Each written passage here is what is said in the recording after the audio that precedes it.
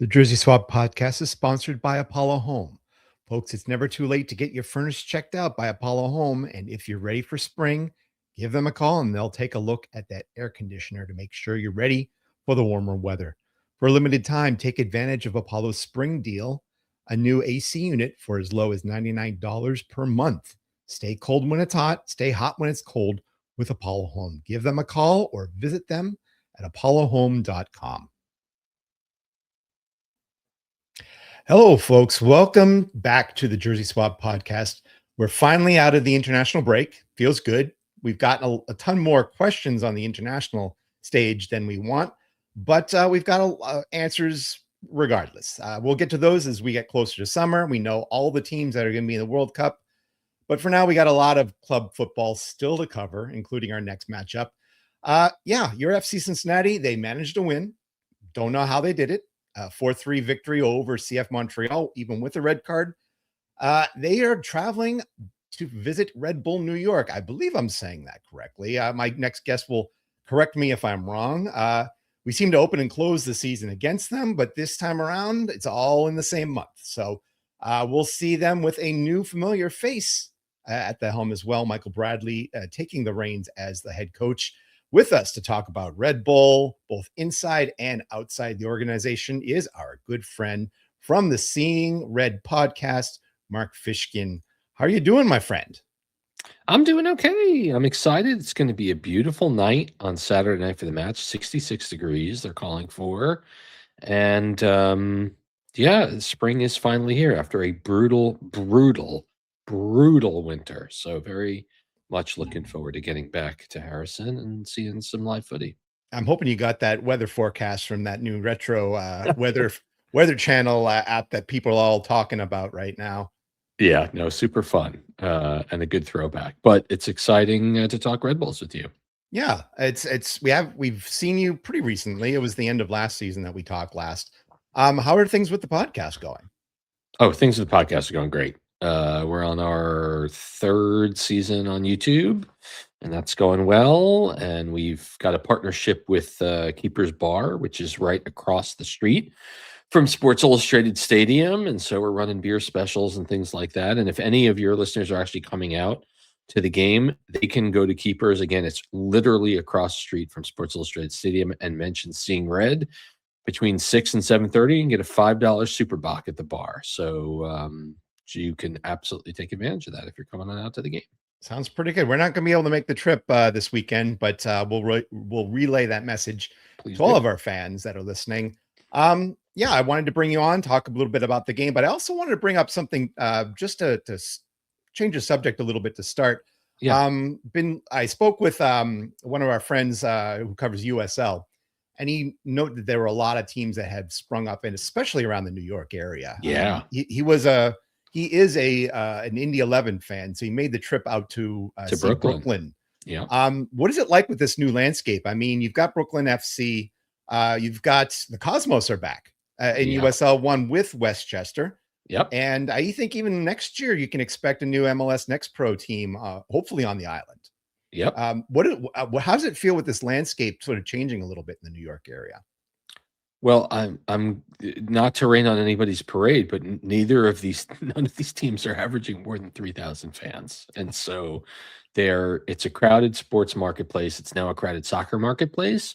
You could make the argument that New York, should these teams actually sustain themselves and grow their fan bases. And again, Brooklyn FC has existed as a women's team only in the USL's Women's League, the Gamebridge Super League, for a little while. This is the first year of the men's team. They're based in Coney Island, the stadium where the old second iteration of the Cosmos played for a little while. And then starting this year, there are two new, as you said, Jeff, two new USL 1 teams. The New York Cosmos third iteration is playing in Paterson, New Jersey. And then Westchester SC in Mount Vernon, just immediately north of the city in the Bronx, they're playing their second season. But, their minor league sports in a major league town is a challenging situation, especially in New York, where, you've got big league sports in every in every game, right? And so big league teams in every game. So on the one hand, it's like, hey, New York is looking a little more like London because there are 5 men's Mhm. teams all inside the market, and that's really cool. But to be frank, and it's good to see, but to be frank, I did a quick glance. I mean, Brooklyn is averaging where is Brooklyn? They're averaging 2,800 fans across their 2 home games, which is good for 23 out of 20 out of 25 teams in USL. And then the Cosmos have also had 2 home games. They drew 4,100 for one, and they drew 1,100 for the next one. And Westchester drew 1,700 and 1,100.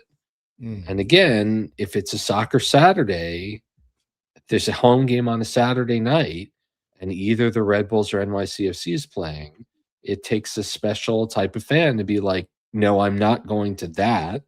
I'm going to go to watch these games. The Cosmos have football lines. The Brooklyn SC has baseball lines because they play in a baseball stadium. Yeah. And Westchester SC is playing in a public stadium that has gridiron lines on it. And so it's like, what would you do? Yeah. And in a perfect world, these minor league teams are going to be attracting anywhere between 5 and 10,000 fans a game, but we're just not there yet. It's just starting. Westchester's playing NYCFC in the next round of the Open Cup. Mm. And then the winner gets the Red Bulls if they can get by Pittsburgh. So I think it has the possibility for growth. It's just really early, and it's a very expensive media market to try and gain attention and eyeballs. Yeah. But I Es- wish all these teams well. I wish them well. Especially, I mean, you've got New York City opening up their new stadium pretty soon. Well, yes, that's going to be a That's big deal for them. I yeah. honestly think they should, and we've said this on Seeing Red, they should go get Mo Salah. I mean and I Mm. know Salah is going to be in huge demand from a whole lot of people, but to open that stadium in the summer of 27 for the flipped calendar season, Yeah. in a brand new stadium with Mo Salah, that would be huge for them. Yeah. It's going to be a lot of people, I think, looking for his services if he opts for MLS. For I'm sure sure. he's got a lot of leagues knocking at his door. For sure. Let's talk a little bit about Red Bull. I am saying that right now, right? It's Red Bull New York, You right?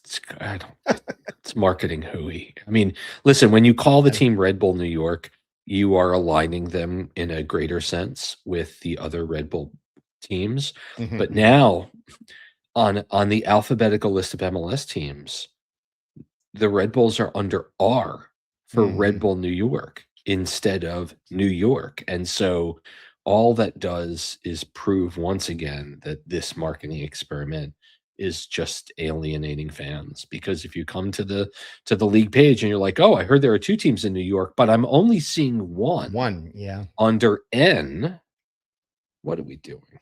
Anyway, Anyway, that's a story neither for a here nor different there. discussion. Let's get to the meat and potatoes of the team. Sure. We'll have to rewind, unfortunately, a little bit. We do need to talk about last season. Do we? Um, as a flashback, it is the first time in 15 seasons that Red Bull didn't make the playoffs. Yep. That did cost Sandro Schwartz his job. They call it mutual consent. I think we can say that the writing was on the wall. Um, how would you just sort of describe his last 2 seasons, his only 2 seasons with Red Bull?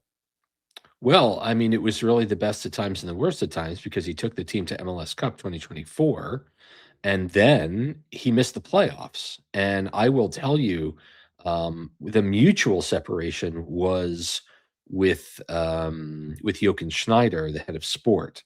I honestly believe that Sandro Schwartz uh, expected fully to be back. I can tell you, he expected fully to be back for his third and final year of his contract.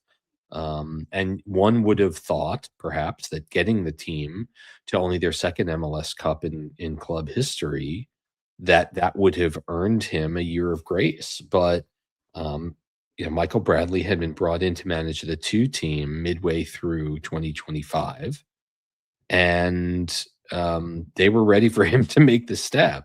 And say what you want, I mean, for a lot of fans that were afraid that there wouldn't be any meaningful changes to New York after missing missing the playoffs for the first time since the Obama administration. Frankly, the first term, then the team was completely blown up. The front office was blown up. The players were sent away, and Michael Bradley's new mission is to hashtag play your kids. And for the first 2 weeks of the season, that worked out really well. It hasn't worked out well so far, but yeah, I mean, Sandro is a great guy. I really like dealing with Sandro. He really seemed to enjoy just the regular circadian rhythm of the week. He was a big tactician, and his second halves were usually much better than his first halves. But, without Lewis Morgan and with kind of an unproven Mohamed Sofo and an injured Cam Harper, the entire team last year was down to Chupo Moting, who had as good first season as in MLS as almost any DP ever. 17 goals and 4 assists. I mean, phenomenal for a guy that we didn't think was going to start half the games because of his age. And all of those assists for his goals came from Emil Forsberg, and almost nobody else did anything else. And, they bumbled and stumbled their way down the stretch, including the loss to Cincy at home. And they found themselves on the outside looking in. Arena famously said, "You are what your record says you are." They were not a playoff team. The irony is that they only won 2 games on the road all year, and that's not good. So, you win 2 more games and you make the playoffs again, and they weren't able to extend the streak. And now they did. Yeah, Michael Bradley in his first year doesn't have to worry about continuing that streak because that streak has been broken. You did mention Choupo-Moting, how he had a very good first season. Yes, he did. I wasn't expecting that. I was expecting a lot more of the offense to go Forsberg's way, but that's definitely a positive you can glean from last season. Or is there any other shine that 2025 has brought into 2026? Well, I mean, players like Omar Valencia, who came out of nowhere and had 5 assists in the first half of the season, and then he was injured in a game against Atlanta and barely returned to the pitch. And when he finally did, the mojo was gone. And then Mohamed Sofo, also in a similar way, had 5 goals in the first half of the season, and then was on a milk carton for the second half. And so some young, surprising talent making some meaningful contributions early, and then late, it all kind of went away. Gustav Berggren was brought in. He won't play this weekend due to a red card last time out, and he struggled. He was worked into the lineup quite slowly last year, but again, Red Bulls played in MLS Cup in December of 2024. That wasn't 18 months ago. And there are only 3 players left on that squad that are still with the team. 3. 3 starters. So, yeah, I mean, that's wholesale changes in every way. I'm trying to think. There's one of the Nealis brothers. Yeah, Dylan Nealis. I mean, Forsberg. Emil Forsberg. And Cam Harper is the last one. That's right. Yep. I mean, there are a lot of pieces that have been let go or transferred out. The biggest one you had mentioned Michael Bradley coming in now being the head coach. We know of him mostly through his play with the U.S. team and with Toronto, but also with his father taking the reins at many locations. Do you see any Metro Stars? Yeah. Do you see any major differences between he and his father in terms of coaching style? Yes, I do. And while I was certainly not in a place in my supporter reporter career when Bradley was with the Metro Stars and drafted his son Michael in 2005 as a 16-year-old, Michael is open and gregarious and friendly and warm. I think Bob, as time moved forward, developed a very thick skin when it came to a very abrasive skin when it came to dealing with the press, right? Bradley's whole thing when he was with the US is, well, outside the team, it might look like this, but inside the team, we know this, right? It was very us against the world. And I think Bob, it was stung by criticism often. I think it really kind of hurt. Bradley, I mean, we covered his run to MLS Next Pro Cup last year, which was an amazing run. I mean, really fantastic. And won MLS Next Pro Cup at Red Bull Arena in front of 9,000 fans in a game that Red Bulls 2 was down 2-0 at halftime and came back, fought back to 3-3, and then won in penalty kicks. Like, it was really exciting. It was a great night. And for just a minute, if you squinted your eyes, you're like, oh my God, like the first team could do this. That would be amazing, because then I could, cross the rainbow bridge happy. So, I think the style of play, Bradley is obviously learning as he goes. And, right now he really wants to be a possession-based team. And he's putting a lot of pressure on his young players, and they are making mistakes.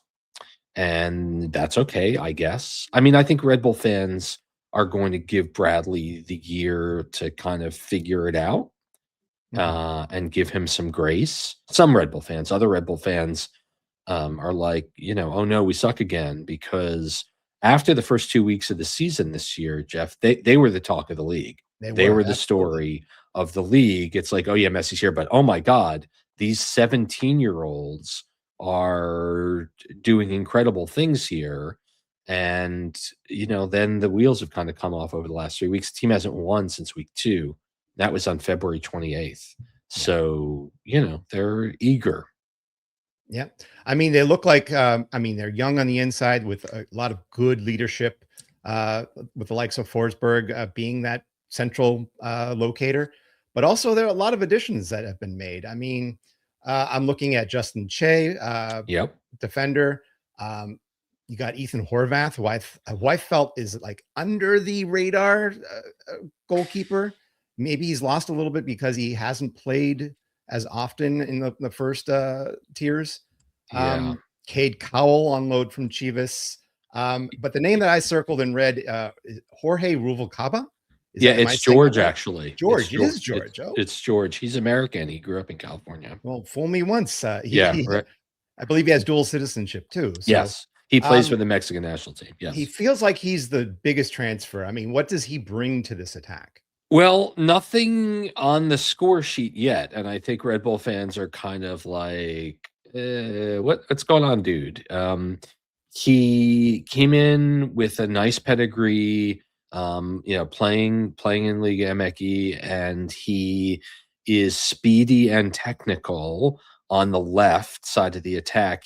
I think we were saying this week on our show, we think he leads the league in soft rollers to the keeper. Like, he just needs to put his foot through the ball.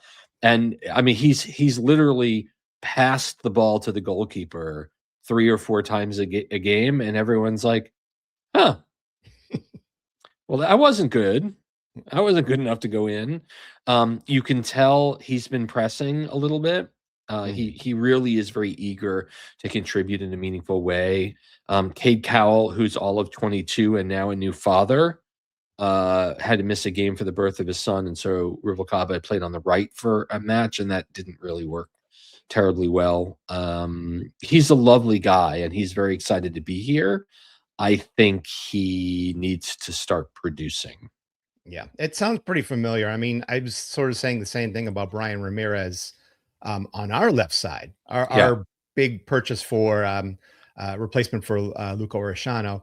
And he seems to be in that same, I'm making these dribblers, I'm making these shots, but they're dribblers. And it feels like he hasn't found his stroke yet either.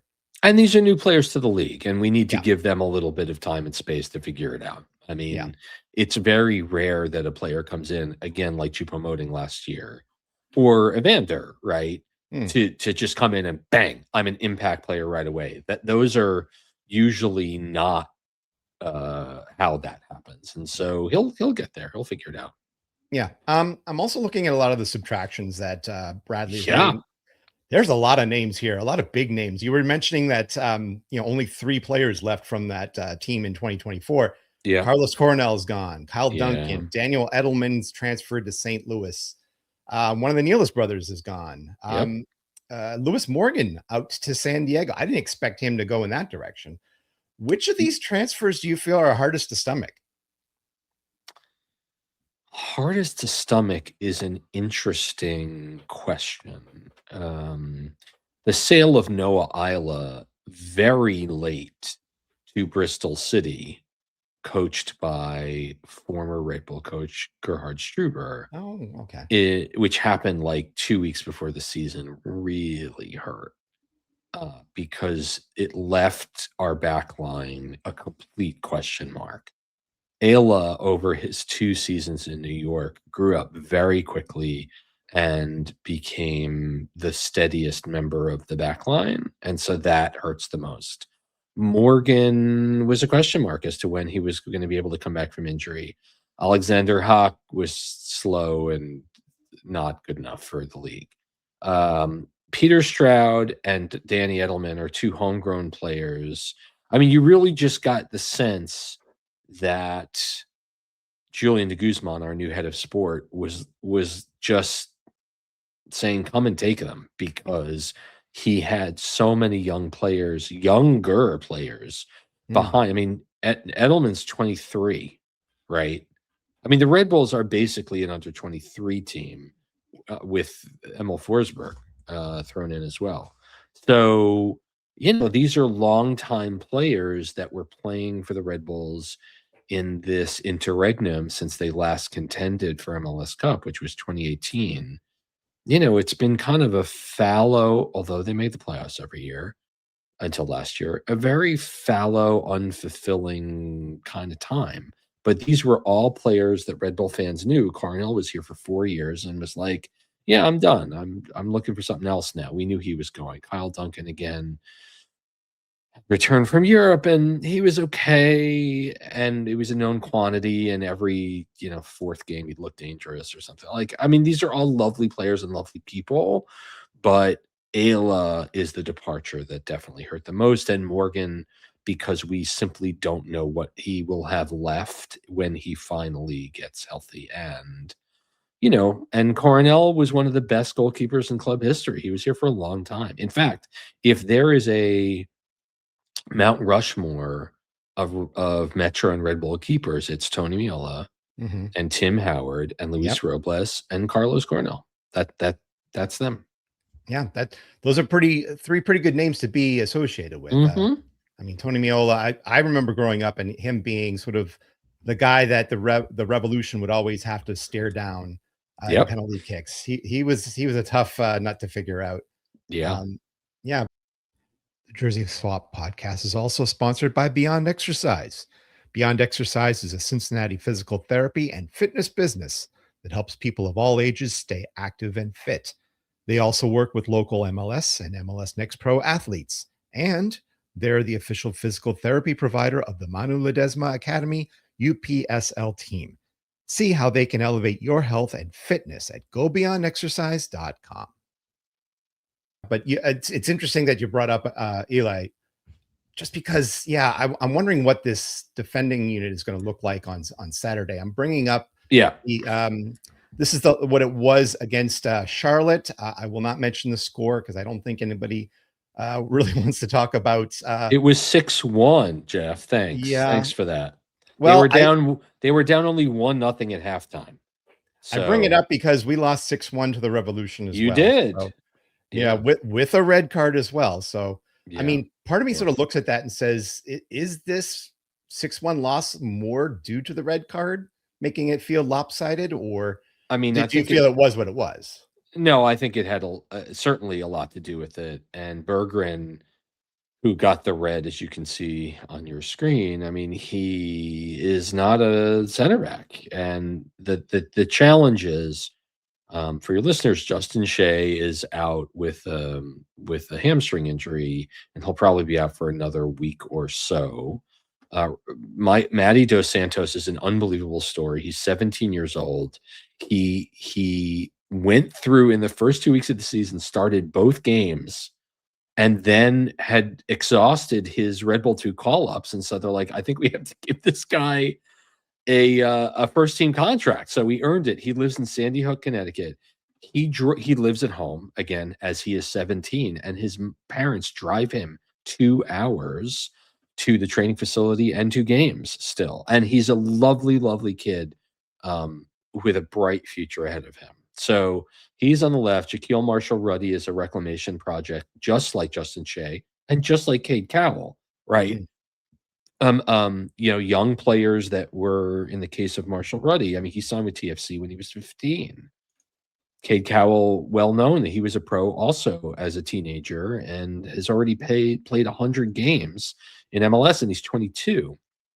And so Marshall-Ruddy has played well, although this obviously was certainly not a good outing for him. And then Robert Volodare was signed off of SKC's roster as a free agent, and he may have been the best defender on that bad SKC team. And we are hoping that Dylan Nealis will be ready to go on Saturday because he's been dealing with an ankle challenge over the last little while. And so he most likely will slot in, assuming he can go.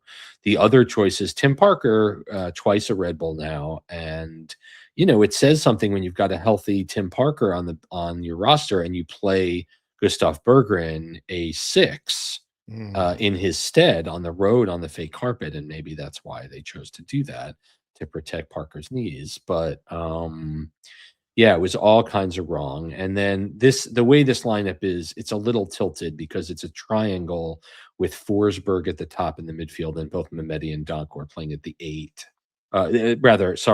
Forsberg at the 8, Mehmeti and Donkor at the 6. And so it's a triangle. And then up top, Ruvalcaba, Cowell, and Hall is who should be playing. Again, Hall leads the team with 4 goals. He has 4 of the team's 5 goals. Chupo has the other. Chupo barely starts anymore because they are, for my money, both Hall and Mehmeti, who are both 17 years old, who both have European passports. I mean, they're putting them in the shop window. Yeah. They are literally saying, "Come and get him, guys." Mehmeti got his first transfer market valuation after the 2 games of the season at $1 million. He's 17, as I said. So I think, and to be fair, in the first 2 games of the season, this team performed incredibly well. Dos Santos, Mehmeti, and Hall all combined on the Red Bulls' lone and winning goal against the Revs in that game. So, they're not just on the field, they are playing against top MLS talent. And although they certainly didn't perform at Charlotte the way you wanted, they in general have been a good story for New York.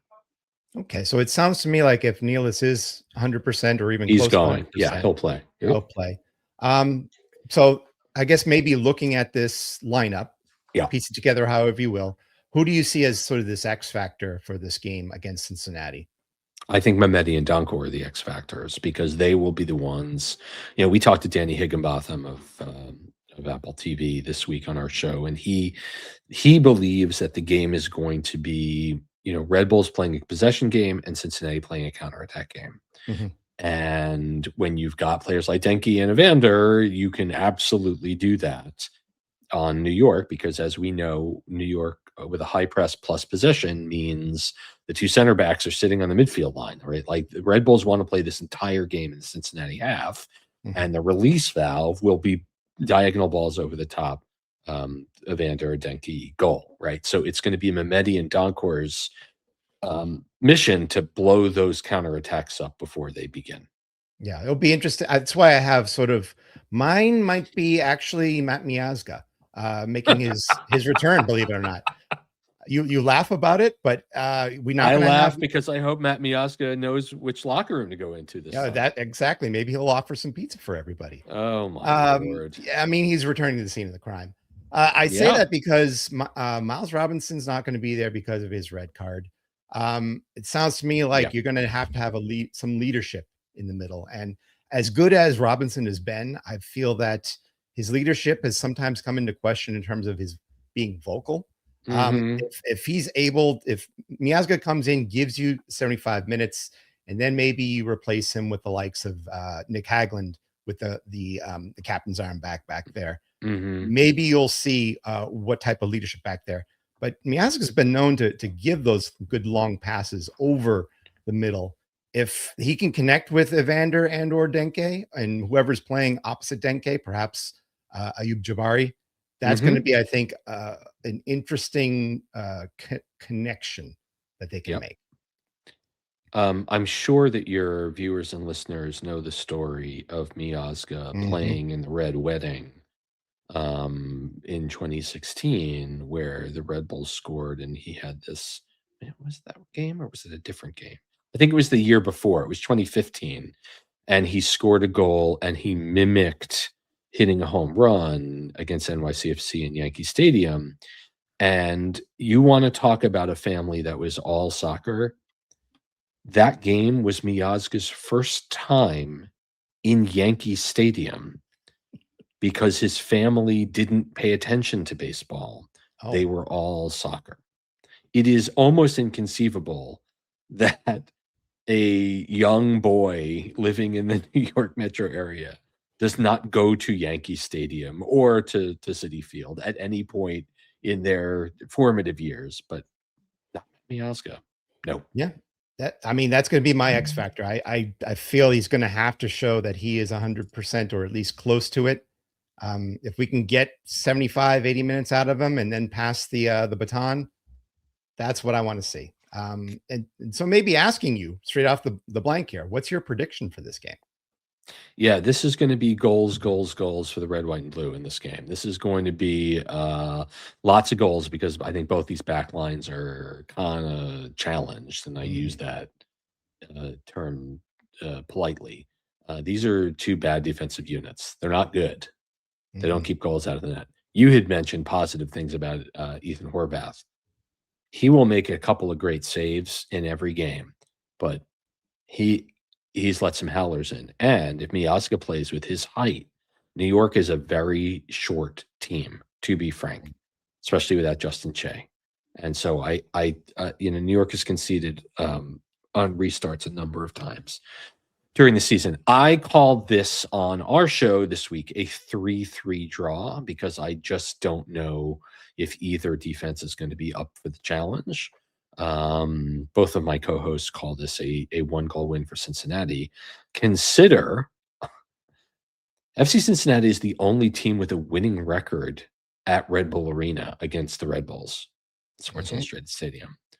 The only team. New York has won one of the last 9 matches in Harrison between the two teams, which was a win that came in the league in 2024. Mhm. That's crazy. Wow. That's nutty. New York is the best or second best home record in MLS since Red Bull Arena opened in 2010. By far, it is a house of horrors for just about every team in the league except for FC Cincinnati.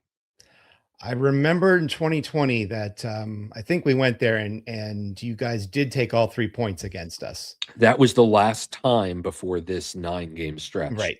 that the Right. Red Bulls got a win. And And since then, it's been all you guys in yeah, Harrison. I think I remember later on that season, Harris Medunjanin with an Olympico from the corner. Yep. 1-0 victory. Nobody was Yep. there to celebrate it, but that was Yeah. like one of the small highlights of the 2020 season for us.